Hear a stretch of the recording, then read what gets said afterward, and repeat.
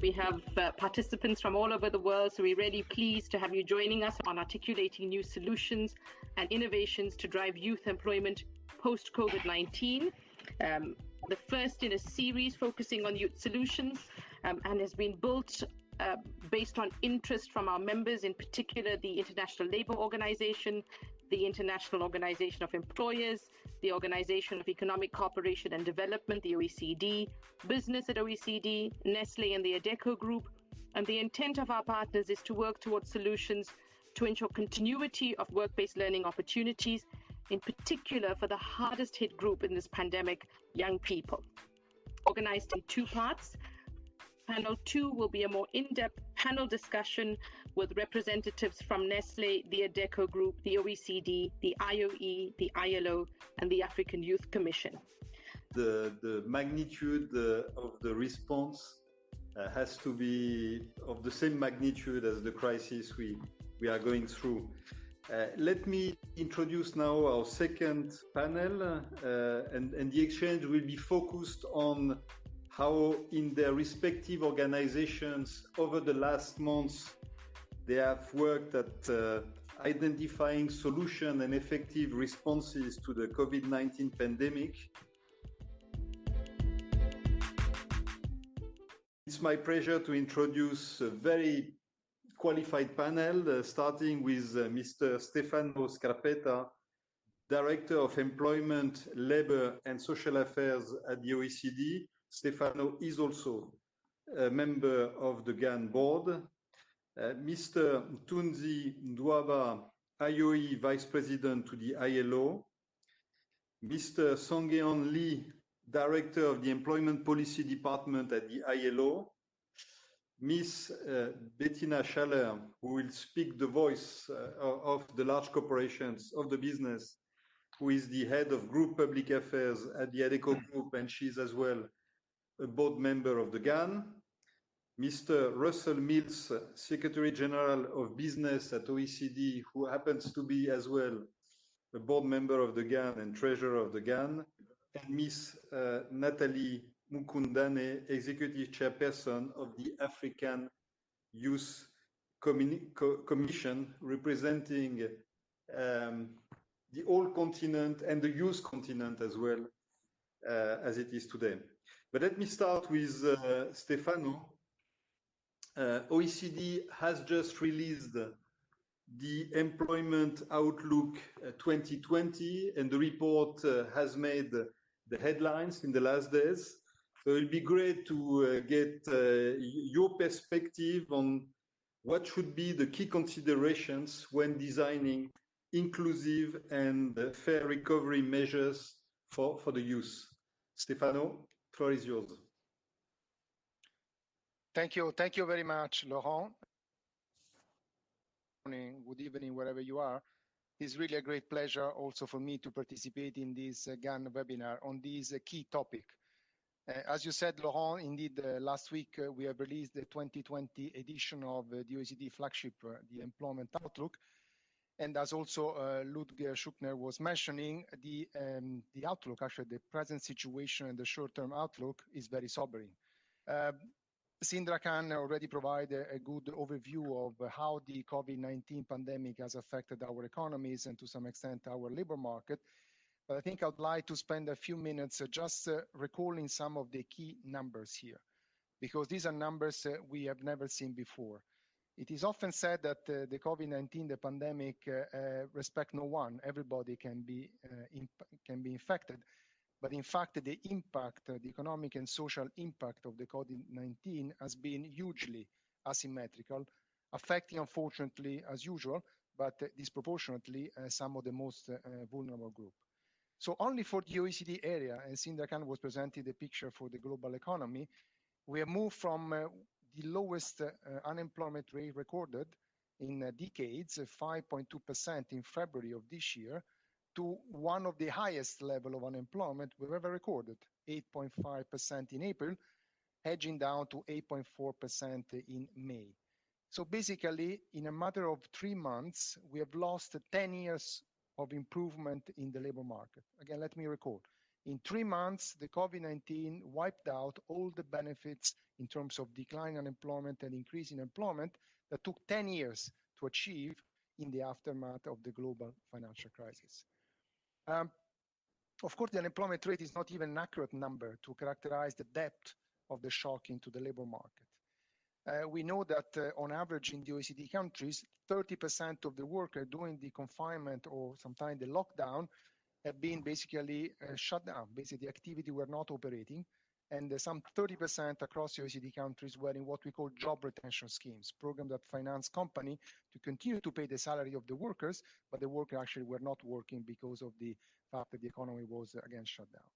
The numbers are again something we have never seen. 55% of private sector employees being in the activité partielle, 45% in Italy, 30% in Germany. And again, this is not enough because in a number of countries, including my own, many of the job seekers during the confinement and the lockdown stopped looking for work. So they were no longer counted as unemployed. They were simply out of the labor force. Now, again, this is not the first time by no means, and I think this has been recalled also by the previous speakers.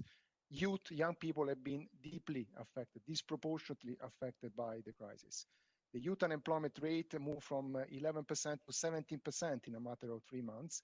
We have lost 4 million jobs that were held by young people. And they are hugely affected because they held temporary, more precarious type of jobs, but also because they were in sectors which have been particularly affected by the confinement and the containment measures that were put in place. In the United Kingdom, for example, individuals under the age of 25 were about 2.5 times as likely as other employees to work in the shutdown sectors. And this number may actually be an underestimate as it excludes the students that were working part-time. Many and apprenticeships have been interrupted or fully canceled, and new graduates now face great difficulties in getting the first foothold into the labor market. And again, all the evidence we have collected through the years clearly says that the first experience into the labor market for young people is essential, not only in the short term, but actually in the medium to longer term. In fact, in the work of the OECD, the first 10 years of work experience of a young person are very important to determine the medium to longer term prospect of career into the economy. At the same time, and I think this was recalled again, the confinement has shut down many schools and universities. So we are also losing months, essential months of learning by more than 1 billion people, young people around the world. Now, if the shock was unprecedented by far, we have never seen anything like that, so was the policy response by most of the countries, OECD and beyond the OECD. We are talking about $10 trillion put into supporting individuals, households, companies. And of course, there were a number of measures that were focusing also on young people. Let me give you just a few examples. In Denmark and Germany, introduced subsidies to help companies maintain or expand their apprenticeship and in-firm training programs. In Canada, they extended the summer jobs program that provide wage subsidies to the below 30 years old. And in France, is considering an hiring premium for the reduction in employer contribution for young workers. Countries have also responded by providing more flexibility to students to take into account the very exceptional circumstances that they were facing. In the Netherlands, for example, upper secondary vet students might still be admitted to higher vet, even if they were unable to complete 1 or 2 subjects or finish their work placement due to the crisis. Now, going forward, as countries have to really put in place a comprehensive support strategies to help young people not lose in touch with the labor market. I think we have learned a lot from the global financial crisis, and what we have learned is that by having young people losing contact, connection with the labor market may actually have long-lasting scarring in their career. So engaging them with further learning and training and retraining programs, but also try to engage them in some work-related activity, in my view, is very important. We are not dealing just with the young people entering the labor market, but let's recall that we are still dealing with those who were fortunate enough to enter the labor market after the global financial crisis. They are now in their 30s, but they have gone through a very difficult time. They might now seeing a significant further difficulties given the labor market situation. We need a comprehensive plan. The OECD developed after the global financial crisis the Youth Action Plan that set out a toolkit of measures that have to be, of course, sort of defined at the national level, providing counseling, job search assistance, entrepreneurship programs, intensive support for the most disadvantaged youth. We need to develop such tools, and actually some countries and some regions, including the European Union, have developed such comprehensive packages. But we have to walk the talk. We have to move from understanding what are the problems, which is of course essential, moving into action. Of course, effective outreach is also crucial to re-establish contact with the young people who have lost their job or left school without finding an employment. This will need to be done in collaboration with the schools and the youth organization, but also through the social media campaigns to better reach out to young people, especially the most vulnerable one, the one more likely to be disconnected from the world of education, the world of labor.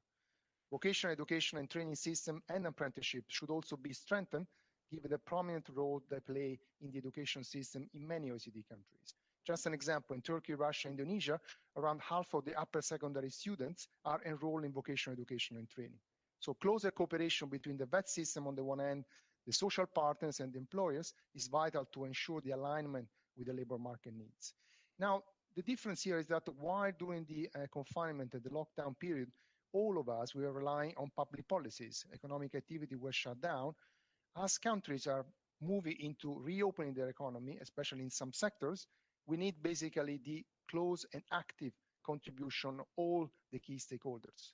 Of course, the social partner, the employers, the civil society, because now I think there is a need for everyone to take their own responsibility and to basically to contribute to create dynamism into the economy and also create job opportunities for all. We cannot waste time to give youth, young people support they need. Again, the global financial crisis just recalled that it took too long to put in place comprehensive measures in a number of countries. In others, it did not happen. And these basically few years that took place since these actions were put in place cost a lot in terms of not acting on the young people and having a lot of young people basically not being able to either continue their studies or on the other end, actually engage in work-related activity.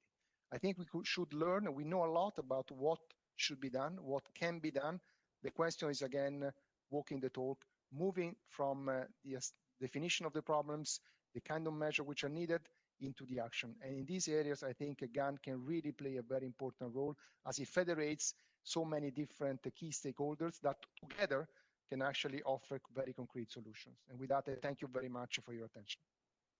Thank you very much, Stefano. And there is no doubt that as you highlighted the importance of practical experience, even practical experiences in the first years of post-education, first years of employment as defining your potential and your opportunities going forward, there is no doubt that work-based learning solutions are the way to provide that experience, the one that will complement the theory and the academic knowledge that the students will have gathered during its studies. Work-based solution is absolutely part of the solution. And you described very well the situation and the options, but all of these happening in a context where work is evolving, technology is impacting, and of course there is a lot of reflection around the future of work. So let me turn now to Mthunzi, who has represented the employers on the Global Commission on the Future of Work. It's only been 1 year since the committee completed its work.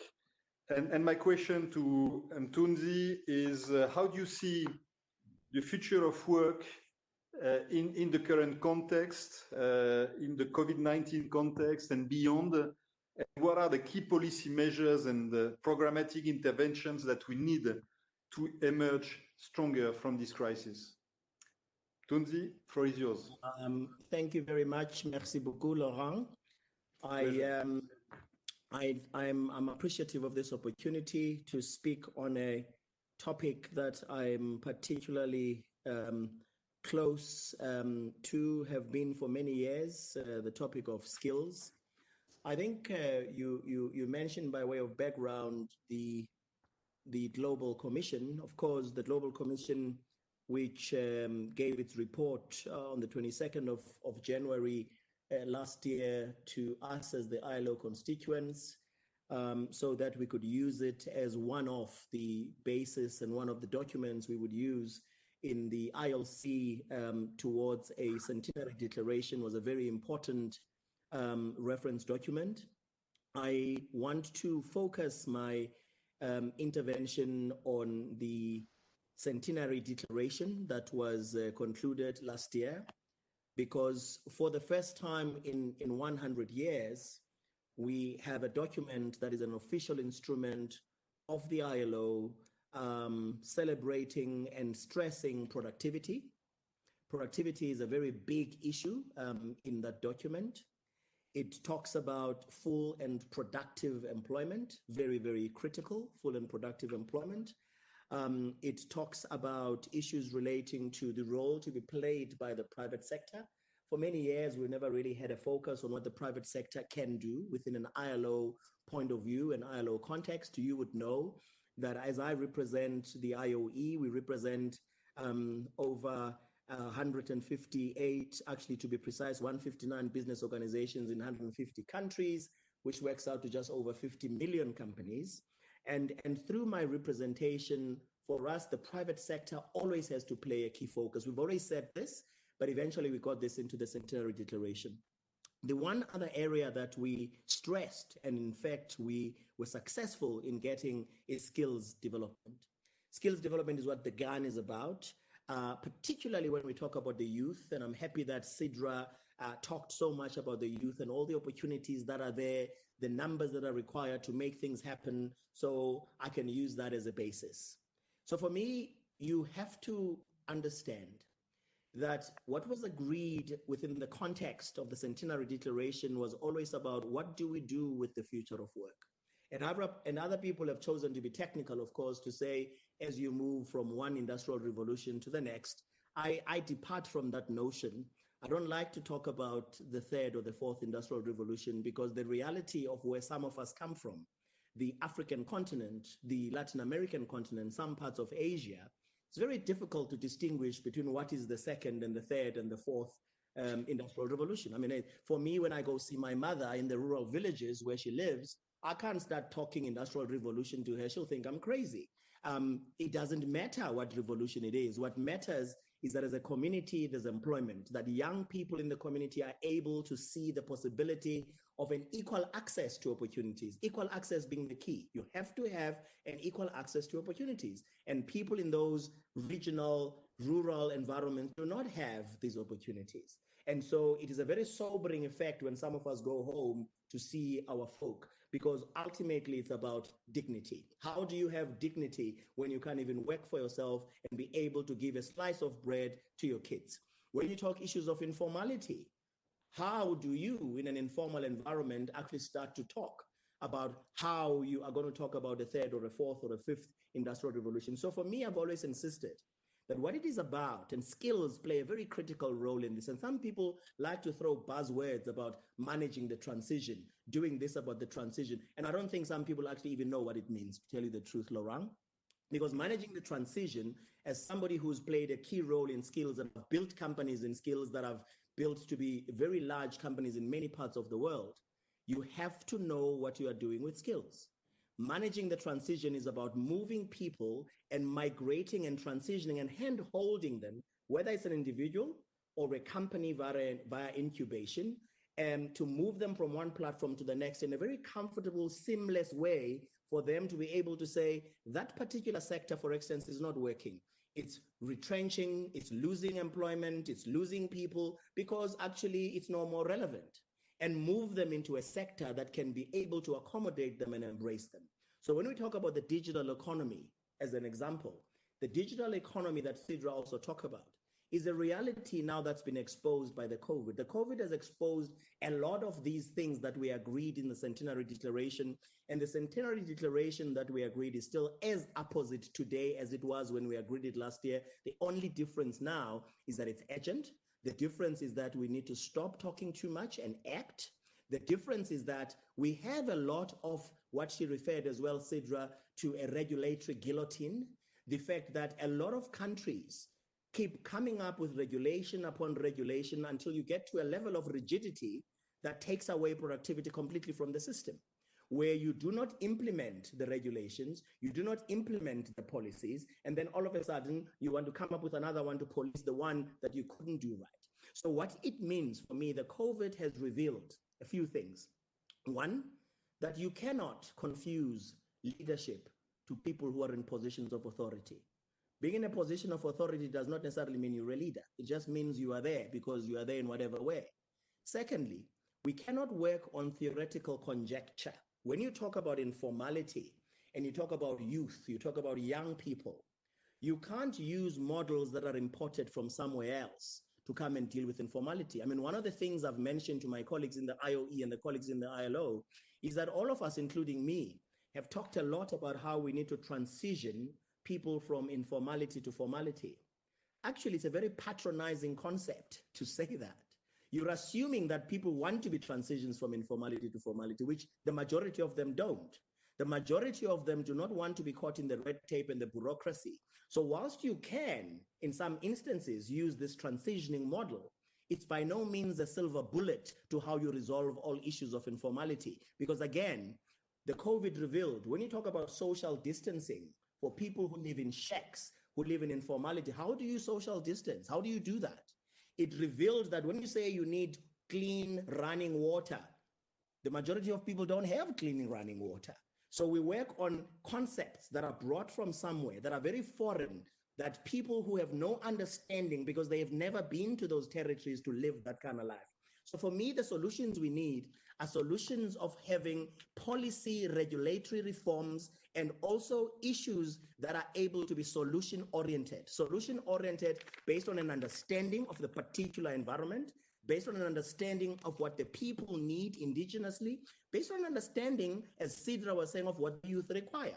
And for me, skills, the GAN, what you guys do, is one of the most important elements to bridge that gap and to make sure that people are able to get to the promised land and we have social justice that is impactful. And lastly, Laurent, one of the biggest mistakes that we make, all of us in companies, in business, is also to reduce the funding on skills at moments like this. That is the biggest mistake you can ever make.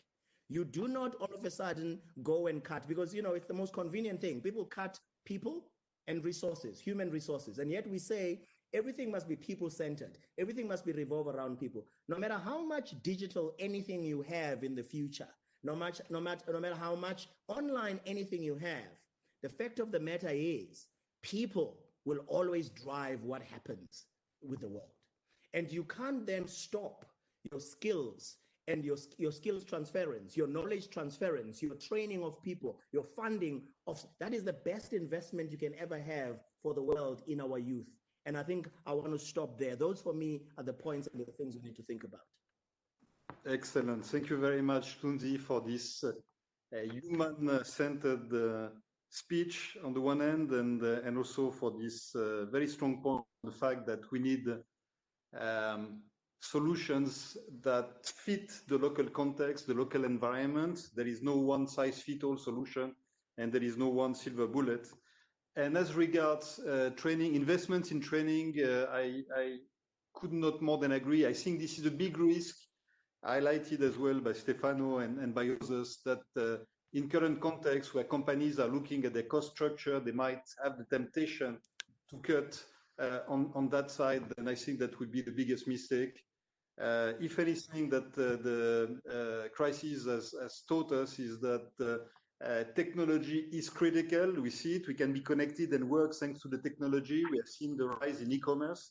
So if anything, we need people that are skilled. And if anything, we need to not only keep investments in training, but strengthen investment in training. You are absolutely right. And I think that the message has to go very, very strongly to all businesses and to all companies. Investment in training is an investment, and it's an investment in future growth. Now, let me turn to Sangeon on the same topic of the world of work. On its 5th edition, the ILO Monitor, COVID-19 and the World of Work, the edition suggests 3 scenarios which will emerge in the second half of 2020. Could you please briefly share with us those 3 scenarios and explain how we can address the impact on on youth employment. Song-Yeon? Okay, thank you so much, Laura. Actually, it's a great pleasure to be here. As you mentioned, actually, the ILO actually has been monitoring the impact of the COVID-19 since the early March. So we issued, as you said, the 5th edition. What we basically is doing is that we are looking at the impact from two respects. One is how lockdown measure, for example, impact the World Work Directory. And also second, we also look at how the economic contraction induced by these measures affect the labor market. And also we are looking at the working hours, not actually the conventional, the unemployment. That's because many people are employed, but they are not working, or they're working shorter hours or underemployed. So that's why we are focusing on the working hours. I think this is very important. Actually, this is what really matters from the enterprise perspective as well. And as Ms. Khan already actually introduced some of the estimate and in nutshell, our actually estimates actually basically get worse and worse actually. So for example, in the 5th edition just 2 months ago, we actually predict about 10.4% working hour losses, but our latest revision, we are talking about 14%, which is the equivalent to the losses of the 400 million full-time jobs. It's very important why this such a significant actual revision made. That's mainly because of the worsening situation in developing countries, not advanced countries. In developing countries, especially Latin America and Africa. So the situation, as you know very well, it's getting more and more difficult. And what all this the working hour losses mean? I mean, it really differs different countries. For example, in some countries like Germany and Korea, this is mainly about the shorter working hours and also the temporary layoff or leave, etc. But in the case of the other countries like the United States, it immediately translated unemployment. Or in the developing countries, it immediately translated in economic inactivities. So these actual variation basically show the different economic structure, different economic issues, different labor market structures. And so we have to be very careful when we look at the unemployment figures as basis for the policy responses. You just mentioned the scenario. We indeed actually look at the second half of the year, and I'm afraid that the overall prospect is not very encouraging at the moment. Of course, the eventual trajectory will depend on the policy choice we are going to make. But actually, in our scenario, we look at the three scenarios. One is optimistic scenario. People are talking about very sharp V types of recovery. We have some of the baseline scenario. We also look at the more pessimistic scenario, which assumes the second wave of the pandemic in the second half of the year. Depending on the scenario, but the overall estimate actually range from the 1.2 to the 12% working hour losses. But I must say, this very optimistic scenario already seems to be a bit too optimistic. It's a bit out of the question at the moment. And so we are either moving towards either a basic scenario or even a more pessimistic scenario, which is around 10% the working hour losses. We are talking about millions of the full-time job losses here. Okay, then when it comes to young people, as my colleague Arlette mentions, or Stefan mentioned that as well, this pandemic definitely making devastating and disproportionate impact on young people. But what is very important here is that compared to previous crises, this crisis has some distinctive feature. It's not just about the labor demand shock on young people. That's typically the case. But this is also important shock on the labor demand. We are seeing huge disruption to education and training. So we have both. So that is a real challenge. And so we are very much worried about this. What will be the long-term consequences of all of this? So that's why we are talking about the lockdown generation, because as Stefano mentioned, all these impacts together will have a very strong scarring effect on the young people throughout their working life. So if we do not take a proper action, it's not about the immediate short-term recovery. This effect will rest with the young people throughout their life. So that's why the policy measures are very, very important in that respect. So what we can do, that's a tough question. I will propose the four policy, the action area. One is stimulating demand and employment, and supporting enterprises, jobs and income. Third, protecting workers in their workplace. And fourth, using social dialogue between workers and employers and governments to find effective solutions. And I have to say, we have to find, along all these the policy areas, we have to find specific measures to support the young people. We need general policies, but at the same time, specific targeted policies for young people. As Mutunji said, as Laurent, you said, there is no single bullet. I have to admit, there is no single easy solution. That's why it's a very difficult situation. I wouldn't say we can easily mobilize the resources and taking the policy actions and everybody will be okay. I cannot say that at this stage, to be frank. But we have to do our best. Actually, governments need to find a way of creating employment and macro policies, especially targeting for young people. Also, these policy measures should be very quick and fast and also comprehensive. I would suggest we need to really consider very strong policy measures for education skill development in light of the huge disruption at the moment to training education, including apprenticeship and also other forms of the work-based learning. That's where actually GAN plays a very important role. And also we need the program for entrepreneurship, also even employment intensive program. I must say that we shouldn't exclude also the possibility of the employment training guarantee schemes whenever the resources are available. That's very important to avoid actually the very long-lasting effects of this pandemic on the young people, to avoid basically lockdown generation. So that's some quick thought from my end. Thank you very much. Thank you very much, Song-Geun. And it was a very interesting. You highlighting the particularly challenging dimension of this crisis, that it is both a demand crisis and a supply crisis, which is very unique, that we got the two at the same time and impacting in the same way the labor market. We got indeed a demand crisis and a supply crisis, and we need certainly a whole of the society response in this respect.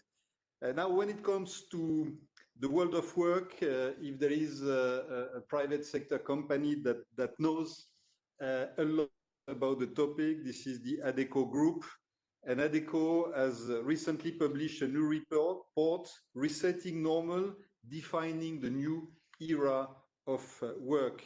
Bettina, how do you see opportunities for young people to engage in a world of work that has changed so dramatically in the last months? Thank you very much, Laurent. Thank you very much, Chair, for this invitation, and thank you very much to the GAN community. Delighted to be here. Clearly, the ADECO Group, key belief in cooperation in the partnership approach, and that's why the engagement in GAN is more confirmed and important than ever.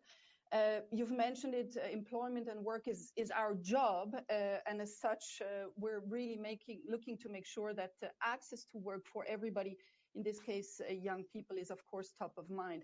And this link between the world of work and the world of education isn't exemplified better than through the GAN. So delighted to be here. Now, you mentioned this report, this study, Resetting Normal. So indeed, it's my pleasure to share with you what we consider is one insight into what the voice of companies, but also workers are, who we surveyed, who we polled in this current situation. We wanted to understand how work attitudes have shifted during the pandemic and what the implications are for both workers and companies. And we have 5 key trends that are emerging that we see, and that will also inform the work that we think needs to be done in terms of policy. So the first trend is around hybrid working. No surprise to anybody, I'll come to that just now. The second trend that we see is the end of the 9 to 5. The third one is around reinventing leadership. The fourth one, I will touch on skills, it's skills. And then there's a very interesting one, which is around, okay, who's got the most trust these days? And interestingly, we see that between governments, unions, individuals, employers, actually employers seem to be coming out on top here, which again will, in our eyes, have some implications. I'd like to make a quick disclaimer before I get into a few more details around these 5 points, and that is that, of course, the survey was aimed at not only youth, but beyond that, but I will pick on the youth elements that we have seen. And admittedly, the survey also touches workers and companies in developed countries and those Mthunzi in the formal economy or the formal labor market. With that said, I actually do appreciate that I have the opportunity to talk exactly about that, about the opportunities for young people, but I'd still like to say here that with the perspective of the Adecco Group, we are very, very worried about the situation of young people in the labor market, about the whole financing issue, and about what the future holds for them. With all that said, let me get on that opportunity piece and those 5 elements that we identified. First of all, the hybrid working piece. It's clearly the biggest outcome of the survey, and it again will not surprise anybody, but this, in our opinion, will have implications on how we do policy going forwards. Because there needs to be the positive connotation of hybrid working. And if we link that to the notion of flexibility, well, what we see is that this wish for flexibility that we've seen before young people have with the pandemic, with the effects of the crisis, will very likely be accelerated. So something to be looking at. What does it mean for policy response and building regulatory frameworks? For us, one big topic, we will have to look at regulation around working time for young people, their world of work, and that goes to some extent into the 9 to 5, will not consist of, what we've known so far. And their topics like the right to disconnect need to be on top of our minds. Then we need to look at regulatory frameworks and labor markets that allow for the digital aspect, and here we're specifically thinking of digital signatures. We see that lots young people are used to using digital tools, etc., and labor markets and policy needs to reflect that. And finally, we know this is a health crisis. It's about health and safety. So we also think that for the benefit of young people, we need to think about the setup at home, who's responsible in case of work injuries, etc. This is now the moment to look at as it is. Positive side effects we take from the study is that 62% of people believe that jobs will actually be more accessible to more people. And we think this should actually benefit youth once, they have the tools and are being given the access. And then there's the piece about increased inclusion and diversity coming out of this pandemic. Also there, we think this should benefit youth. On the end to 9 to 5, here I'd like to pick up what Mthunzi said around productivity. Because what we see is that the future world of work, or the current one, and the one that the young look to live in and work in, is less about hours, obviously, but it's about tracking the results. So it's about that productivity piece. It's going to be project related, and we need to keep that in mind. It will play into a lot of young people's hands, or maybe not. So here we need to be careful when we generalize. We just need to take that as an element to take into consideration. Dangerous to generalize, of course, but still one piece that we see. Then the leadership piece, obviously a huge one. And now if we look at the youth angle, well, the challenge for us will be how to unleash develop those leadership skills in everybody, but actually also in youth, so that we can meet that hybrid working, the end of 9 to 5, all the effects that we know. Maybe less of a policy dimension, but again, an outcome for us. Let me come to the fourth point, the skills piece. Here, it's all about this new type of worker. It's all about, obviously, the digital skills piece. And here, I guess, if we generalize and we go from the assumption that youth are digital natives, this plays into the hand of youth. So this is something positive. Here, the other piece on skills is the soft skills piece. And I think, again, maybe a bit difficult in a policy framework, but we will have to give this heavy attention as young people slide into a world of work where that soft skills component in that digital world, in that hybrid world, in that project-related world will be different. Interestingly enough, we had actually made another survey where we saw that most Gen Z believe that CEOs in future will not need college degrees. So non-traditional education will be key. And here, a very important element we see is more than half are saying apprenticeships and experiential learning will be the best way to develop future leaders. So a key one for us. Finally, the fifth point, I mentioned the role of business and employers. So it seems like businesses, employers are currently most trusted also by young people in this world of work. And what this brings into the equation for us is the purpose piece. It's the rise of the ESG narrative, which we know for young people is very important. So this is a positive one we see because we think that this world of work is shifting into that direction. With all of that said, there's one thing that we've seen heavily is the crisis has uncovered the vulnerability of being on your own. So all of those who are not in the employment relationship are vulnerable. And this is something coming back to the beginning, which we will have to consider in policy making. We have to provide all forms of work with a measure of security.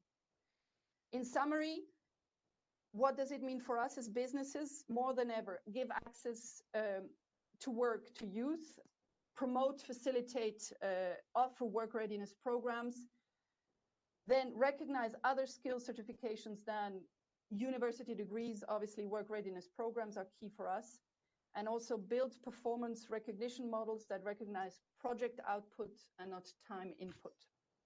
Thank you for the opportunity to present these outputs and looking forward to working with everybody on the dimensions from here on. Thank you very much, Bettina. It was full of insights. Let's move on now to Russell regarding the labor market composition. And if you could briefly, as we are running a little bit out of time, and I would like to make sure that we got enough time for Natalie, share with us how does business at OECD suggest we address those segments of the population and the workforce who have been most impacted and marginalized even more during the crisis. Russell, the floor is yours. Laura, thank you very much. And I think when you have a goal as large as 600 million jobs in 15 years, it's pretty clear there's roles for everyone here. I think several people have mentioned this, but I'll just reinforce it. The demand side is obviously where business plays a crucial role. Many people have mentioned the importance of the private sector in this area, and all I can do is reinforce that. I guess the thing which is always surprising is despite the size of the challenge, despite the number of jobs we need to create, there was already this skills mismatch before the crisis. That was partly driven by digitalization and automation, which was already requiring a significant degree of upskilling and work-based learning. And I think in some ways what happened is COVID-19 came along and it accelerated and amplified this whole process. So, and it did it in a way which illustrated certain areas that actually worked probably better than expected, but also many areas where the gap is even larger than we could have we could have hoped for. One thing that business needs to do is it does need to develop this positive narrative around the demand side of the equation, and specifically to be very clear on the skills that are needed to meet that demand.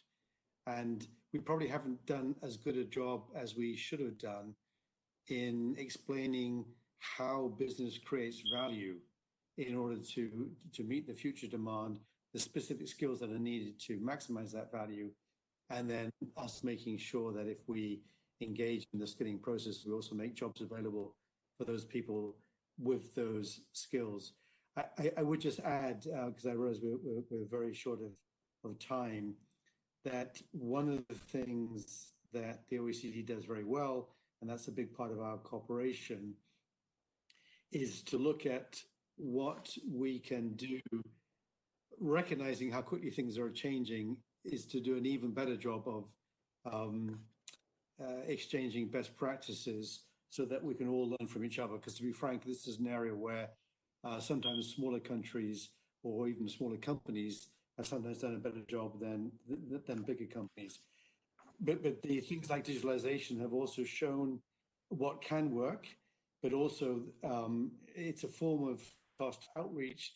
It's becoming an even more essential role in the whole skilling agenda. So where this doesn't exist, that obviously is a need for enhanced cooperation with governments. And specific things we do with the OECD include encouraging the right standards, certification, looking at the cross-cutting issues, because these jobs of the future must be sustainable, both economically, but also environmentally.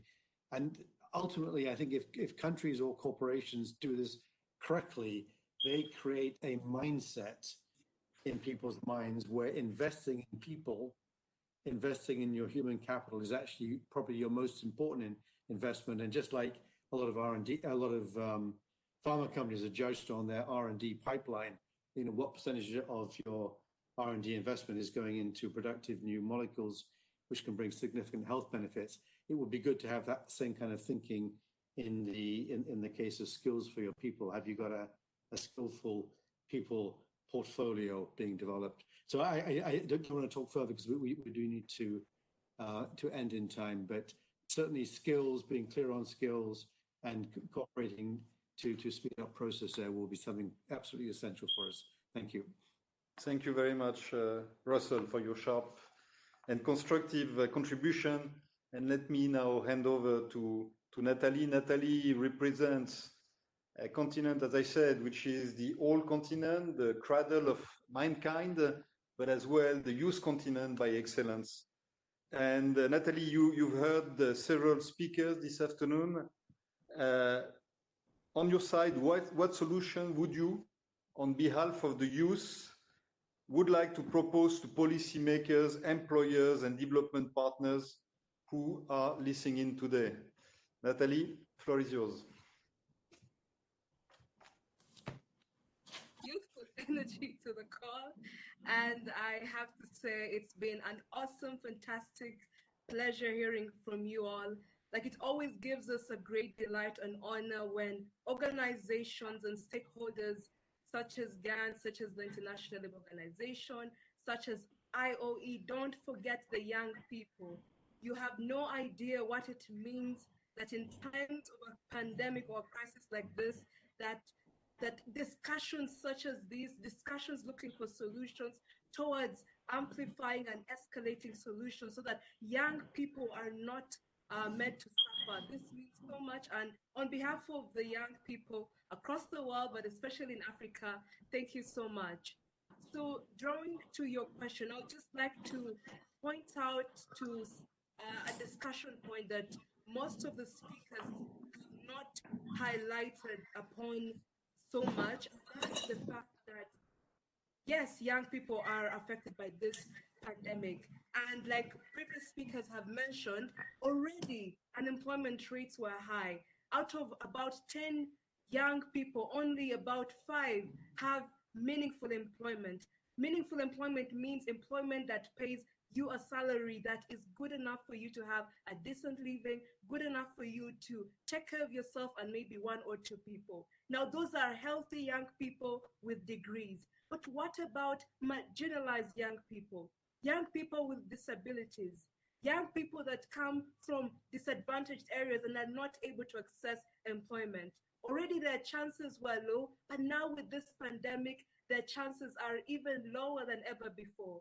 And as we put forward solutions for young people, let us not forget young people that are marginalized, young people that are vulnerable, and of course, young people with disabilities. Now, what are the solutions that can help and escalate and make it easier for young people during these trying times? Of course, we know as employers, you're facing so many challenges. Like my colleague Sidra mentioned, she had an awesome presentation with awesome statistics and recommendations.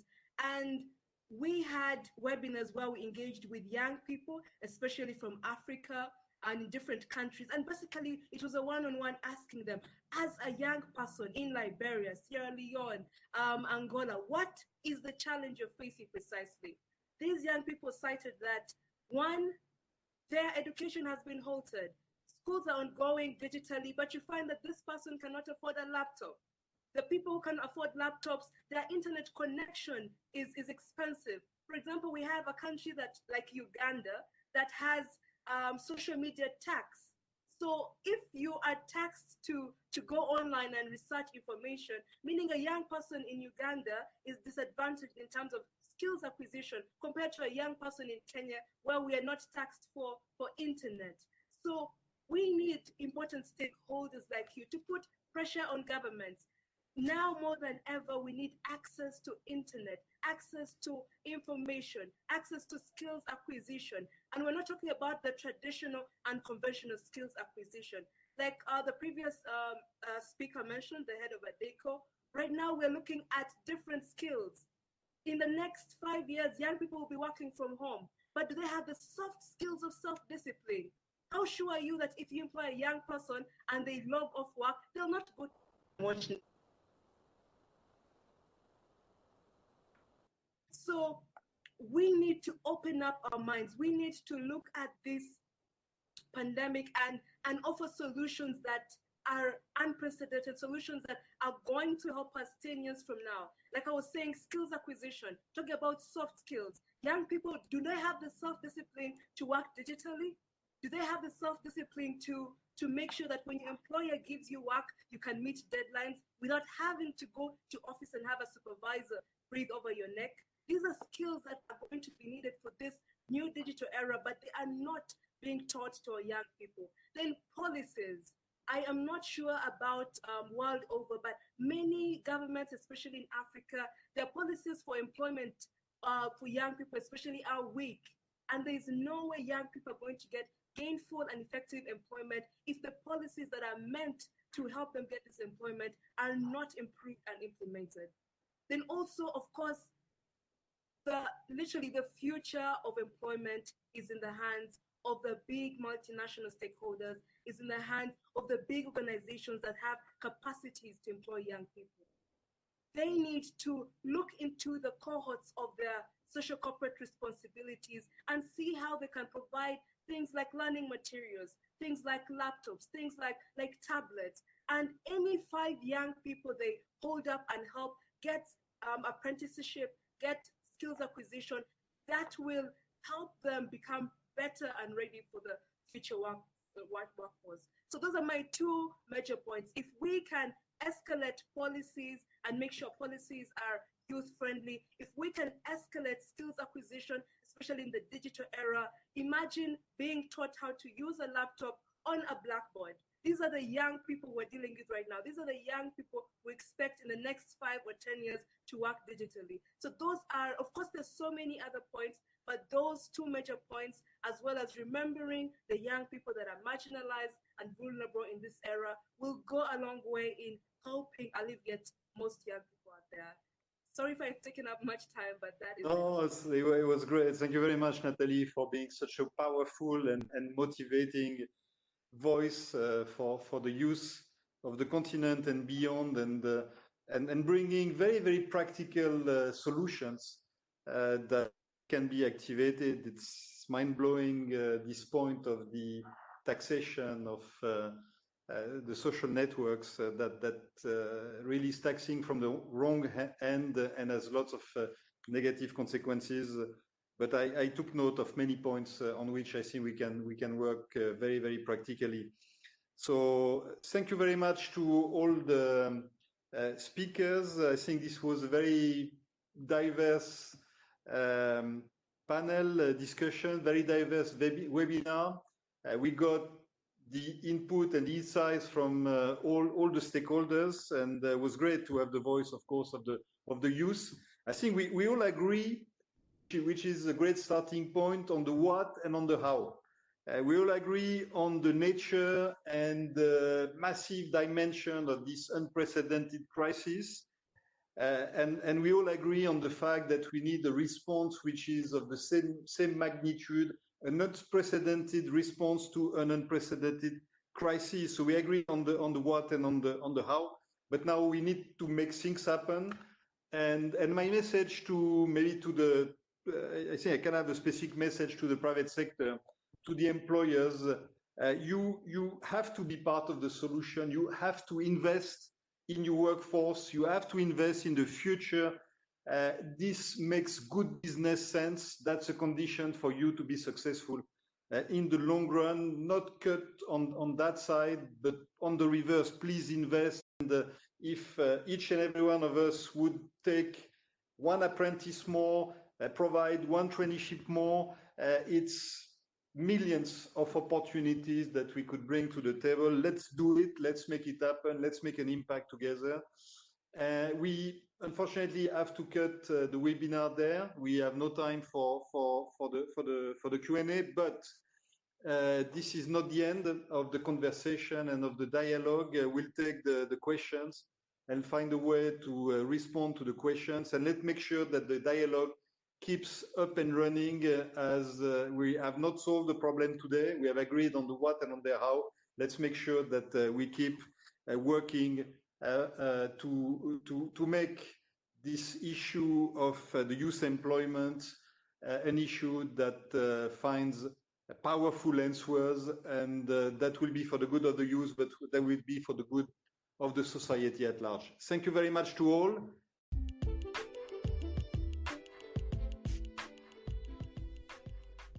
I hope you enjoyed this podcast. Why not click subscribe so you can be informed when the latest Next Individual podcasts or podcast mini-series from FE News are going to be released.